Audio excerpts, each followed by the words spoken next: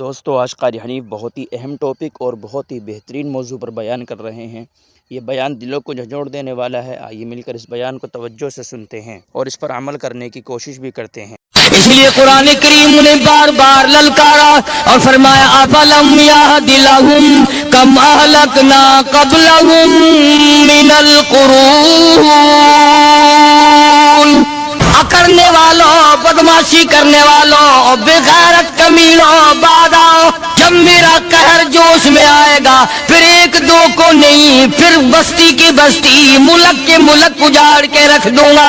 جمعے کا دن قیامت کی نشانی ہے۔ قیامت کا دن جس دن قائم ہوگا جمعہ ہی ہوگا۔ آج جمعہ تفریح کا دن ہے، آج جمعہ جوئے کا دن ہے، آج جمعہ شراب پینے کا دن ہے، آج جمعہ کھیل تماشا بے حیائی بدماشی کا دن لوگوں نے بنا لیا۔ ایک ہمارا ماحول ہے، آپ ذرا توجہ فرمائیں۔ جمعے کے دن فلموں میں رش ہے، جمعے کے دن سینما کے ٹکٹ کا رش ہے، جمعے کے دن VCR بہت زیادہ چلتے ہیں، جمعے کے دن ٹیلی ویژن پہ بڑا رش ہوتا ہے، جمعے کے دن بدماشی ہے، جوا ہے، بے حیائی، زیادہ سے زیادہ بے حیائی جمعے کے دن ہوتی ہے۔ حالانکہ حضور کریم صلی اللہ علیہ وسلم نے فرمایا جمعے کے دن ایک گھڑی ایسی آتی ہے جو مانگو وہی ملتا ہے، جس حال میں کچھ کوئی مشغول ہوگا وہی اس کی زندگی کا مستقل ذریعہ بن جائے گا۔ کون سمجھائے تمہیں کس کے اندر طاقت اور جرت ہے کہ قوم کے دھارا پھیر سکے اور قوم کے رخ کو پھیر سکے؟ کون پھیر سکتا ہے؟ اس لیے قرآن کریم نے بار بار للکارا اور فرمایا افلم یہد لہم کم اہلکنا قبلہم من القرون، کرنے والوں، بدماشی کرنے والوں، بغیرت کمینوں، بعد آؤ جب میرا قہر جوش میں آئے گا، پھر ایک دو کو نہیں، پھر بستی کی بستی، ملک کے ملک اجاڑ کے رکھ دوں گا۔ افلم یہد لہم کم اہلکنا قبلہم من القرون،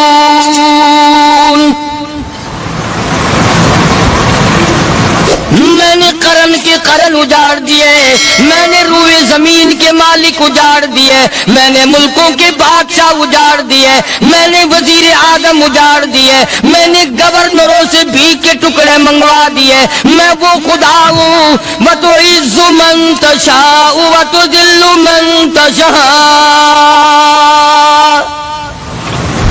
بیدک الخیر انک علی کل شیء قدیر۔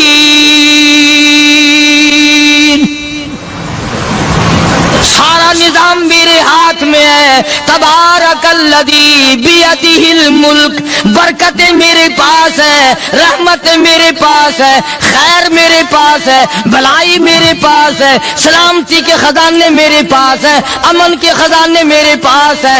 وہو علی بیدہ الملک، ملک میں راج میرا، وہو علی کل شیء قدیر۔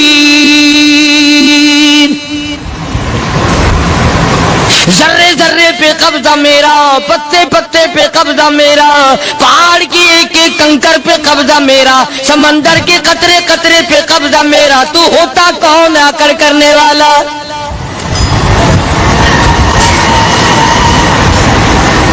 غور نہیں کرتے، سوچتے نہیں ہیں کہ کلام الہیہ ہمیں کیا بتانا چاہتا ہے۔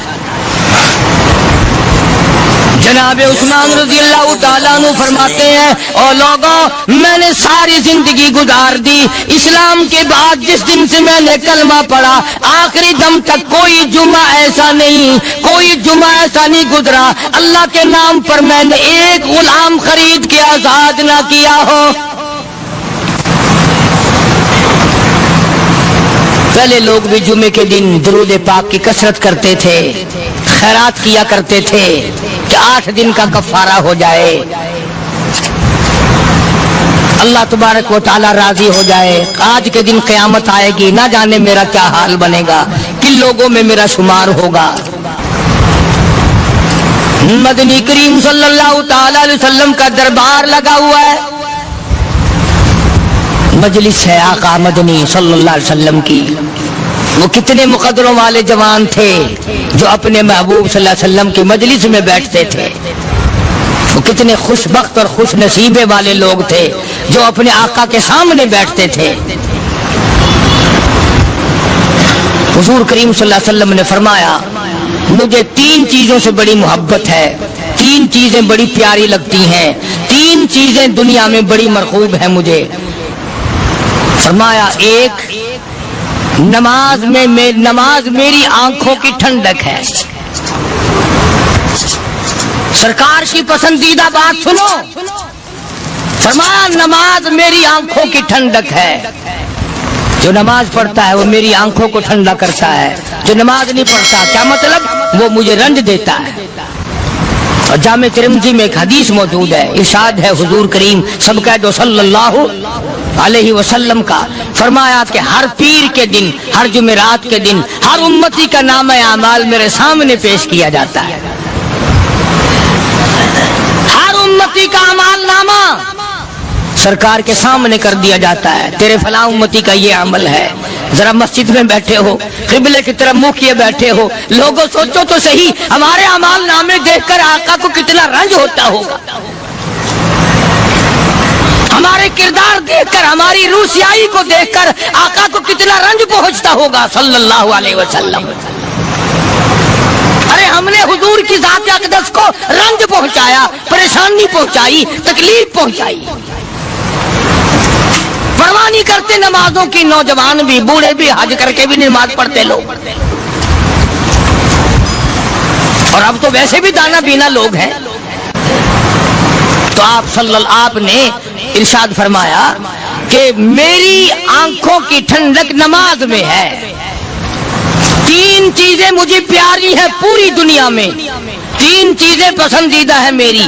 سب سے پہلی فرمایا نماز میری آنکھوں کی ٹھنڈک ہے. قرۃ عینی فی الصلاۃ او کما قال النبی صلی اللہ علیہ وسلم. فرمایا جس آدمی, جس امتی کا یہ دل کرے کہ میں نبی کی آنکھ ٹھنڈی ہو, اسے چاہیے کہ نماز پابندی سے پڑھے. دوسرا فرمایا وفادار عورت مجھے بڑی پسند ہے. حضور کریم صلی اللہ علیہ وسلم نے فرمایا وفادار عورت, ہائے ہائے ہماری ماؤں سے زیادہ وفادار کون ہوں گی.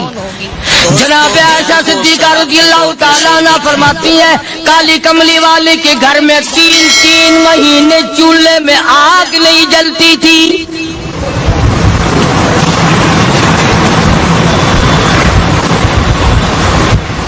دوسروں کے واسطے ہے سیم و زر و گوہر, اور اپنا یہ حال ہے کہ چولہا ہے بجھا ہوا. جناب عائشہ صدیقہ رضی اللہ تعالیٰ عنہ فرماتی ہیں ہمیں 24 گھنٹے میں 1 پانی کا پیالہ اور 1 کھجور کا دانہ ملا کرتا تھا.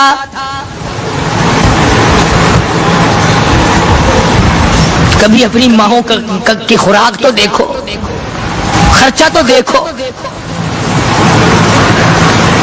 اور اگلی بات سنو تو حیران ہو جاؤ.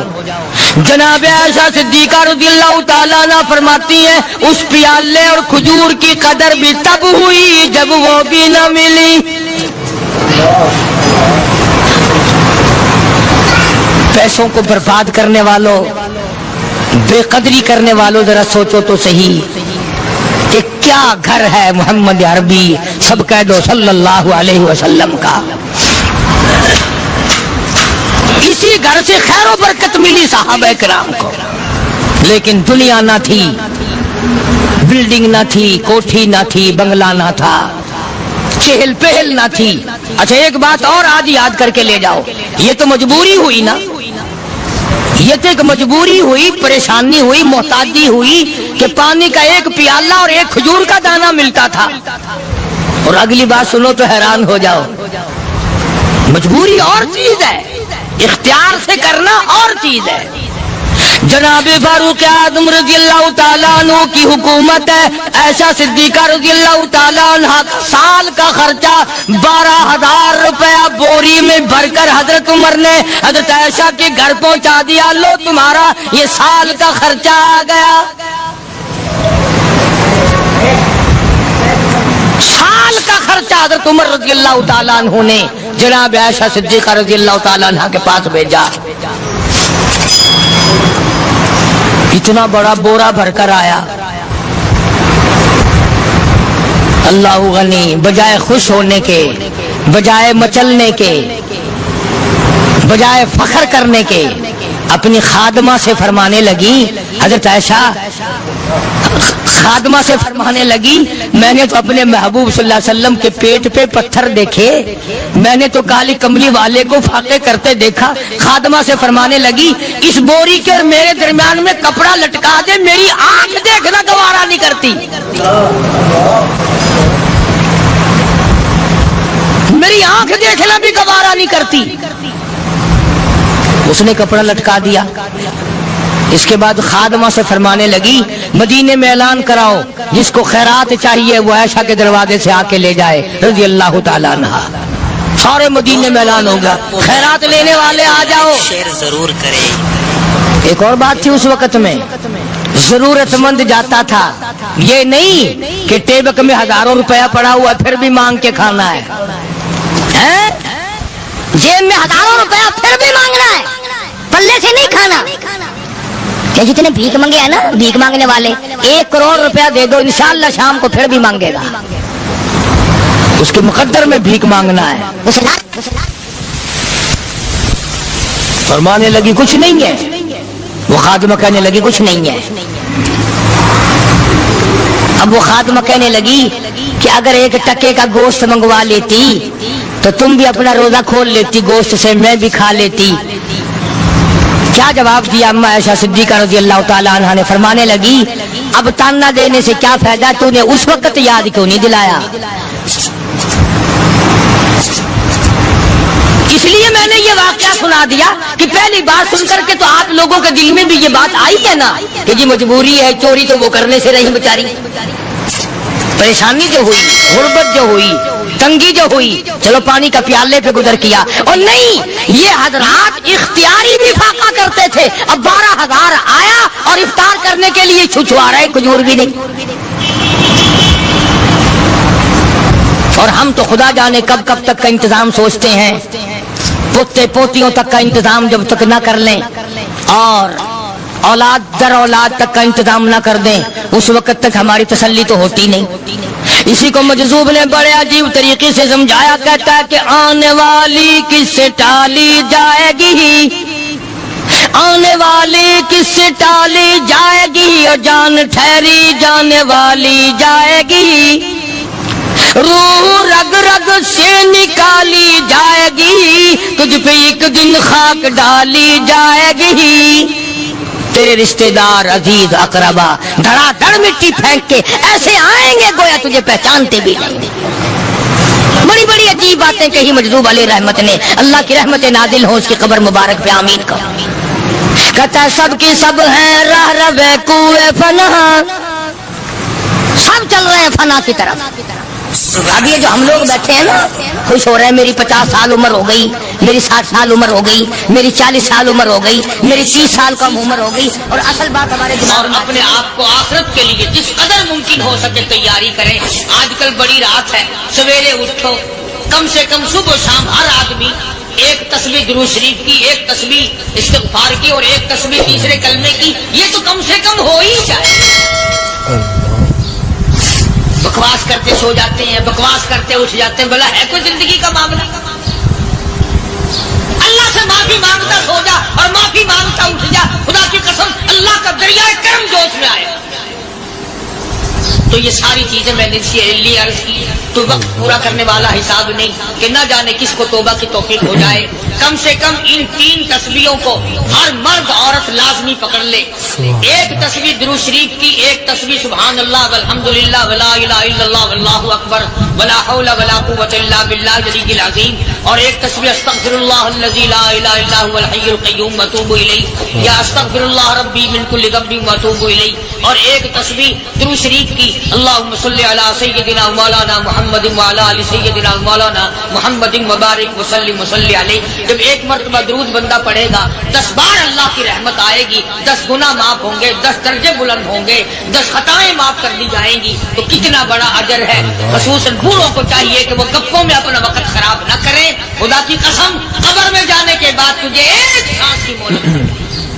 پر مجھے اس بات کا افسوس ہے کہ آپ لوگ پورا مضمون سننے کی کوشش نہیں کرتے، بلکہ بعض لوگ بالکل اخیر میں سر سے، ایک ہے جمعے کی فضیلت حاصل کرنا، ایک ہے جمعہ پڑھنا، ایک ہے سینوں نہانا، اس میں بڑا فرق ہے۔ ایک ہے سر سے اتارنا اور ایک ہے اس کی فضیلت کا حاصل کرنا۔ حدیث پاک میں آتا ہے کہ جمعے کے دن فرشتے دروازے پہ کھڑے ہو کر کے حاضری لگاتے ہیں۔ ہاں، اللہ صاحب مل کی ٹیکسٹائل مل کی حاضری کا تو پتا ہے، مسجد کی حاضری کا کوئی پتا نہیں۔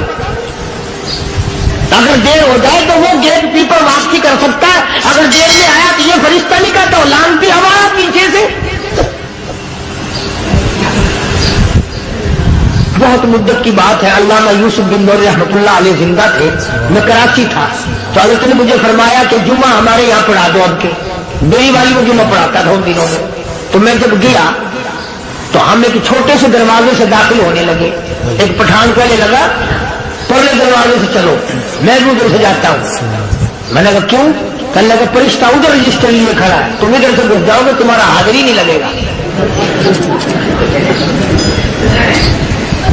وہ کہنے لگا فرشتہ بڑے گیٹ پہ کھڑا ہے، ادھر چلو۔ تو کم سے کم اس پٹھان کا تو یہ عقیدہ ہے کہ فرشتہ کھڑا ہے، اور تمہارا خیال یہ ہے کہ جمعے کے دن نہ فرشتہ ہے نہ خدا ہے، کوئی بھی نہیں ہے۔ اس لیے سیرت النبی صلی اللہ علیہ وسلم کا عنوان شروع ہوگا، مختی آؤ پورا مضمون سنو تاکہ لطف آئے، دل و دماغ بنے۔ اور عقیدہ میں نے تمہیں بتا دیا، لا الہ الا اللہ، خدا کے سوا الہ کوئی نہیں، مشکل کشا کوئی نہیں، پیدا کرنے والا کوئی نہیں، فصل میں، دکان میں، کارخانے میں اس کے سوا برکت دینے والا کوئی نہیں۔ اور یہ بات بتائی کس نے؟ محمد الرسول اللہ صلی اللہ علیہ وسلم، ہمارے نبی حضرت محمد الرسول اللہ صلی اللہ علیہ وسلم نے ہمیں یہ بات بتائی، خدا کے بعد خدا کوئی نہیں، مصطفیٰ کے بعد نبی کوئی نہیں۔ حضور صلی اللہ علیہ وسلم کے بعد کوئی کسی قسم کا جو نبوت کا دعویٰ کرے وہ کافر ہے، دجال ہے، بے ایمان ہے، وہ خنزیر سے بدتر ہے جو میرے آقا کے ختم نبوت کے تاج کو ہاتھ لگائے گا۔ فرمایا لہم قلوب لا یفقہون بہا، اللہ پاک جل شانہ فرماتے ہیں جس کا دل قرآن کریم سمجھنے کا عادی نہیں، لہم قلوب لا یفقہون بہا، جس کا دل قرآن سمجھنے کے لیے تیار نہیں، وَلَهُمْ أَعْيُنٌ لَا يُبْصِرُونَ بِهَا، جس کا کان اللہ کا قرآن سننے کے لیے تیار نہیں، أَمْ لَهُمْ آذَانٌ لَا يَسْمَعُونَ بِهَا، أَمْ لَهُمْ آذَانٌ يَسْمَعُونَ بِهَا، جس کا کان خدا کا قرآن سننے کو تیار نہیں۔ خدائی فیصلہ سنو، اللہ کے قرآن کا فیصلہ سنو، اللہ کے کلام کا فیصلہ سنو، جس کا کان میرا کلام سننے کے لیے تیار نہیں، جس کو میرا قرآن سن کے مزہ نہیں آتا، جس کو میرا کلام سن کے حلاوت نہیں آتی، جس کو میرا کلام سن کے لذت نہیں آتی، جس کی روح تازی نہیں ہوتی، جس کو لطف نہیں آتا، جس کو کیف نہیں آتا، جس کو سرور نہیں آتا، جو میرا قرآن سننے کو تیار نہیں، جو میرا قرآن آنکھوں سے دیکھنے کو تیار نہیں، جو میرا قرآن سننے سمجھنے کے لیے تیار نہیں، آؤ پھر خدائی فیصلہ سنو۔ فرمایا اولئک کالانعام،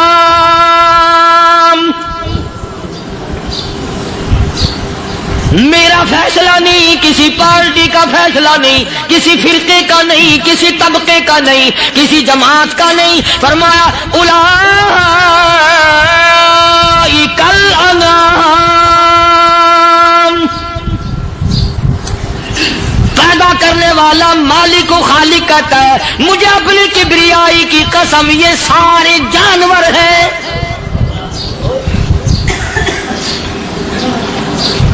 یہ سارے کے سارے جانور ہیں، یہ درندے ہیں جو ایک دوسرے کو چیر پاڑ کر کھاتے ہیں، یہ درندے ہیں جو ایک دوسرے کا خون پیتے ہیں۔ فرمایا بل ہم اضل، جانوروں سے بھی بدتر۔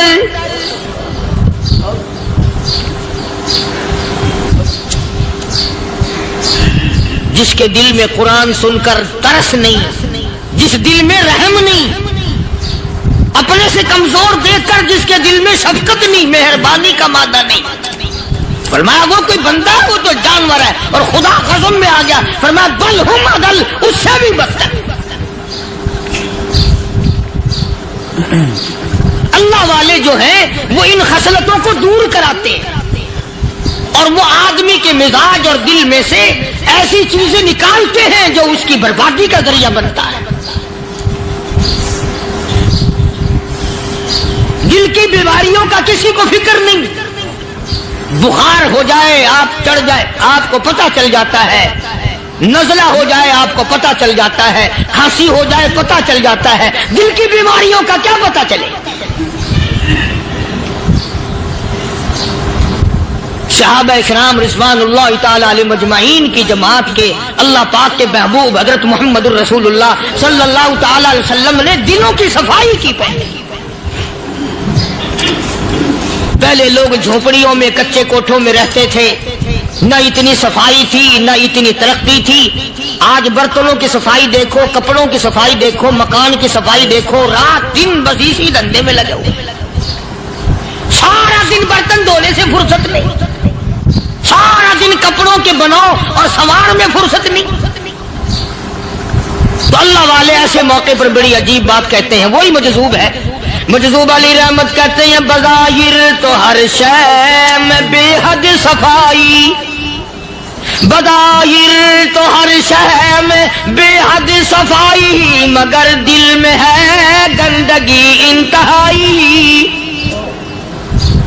بظاہر تو ہر شے میں چہرے کی صفائی، بدن کی صفائی، نہ جانے کتنی قسم کا صابن ہے، نہ جانے کتنی قسم کے پاؤڈر ہے، نہ جانے کتنی قسم کے شیمپو ہیں، نہ جانے کتنی قسم کے کپڑے ہیں، کیا چال ڈھال ہے، کیا نئے نئے ڈیزائن ہے۔ مجذوب کہتا سب کچھ دیکھ لیا، بظاہر تو ہر شے میں بے حد صفائی، مگر دل میں ہے گندگی انتہائی۔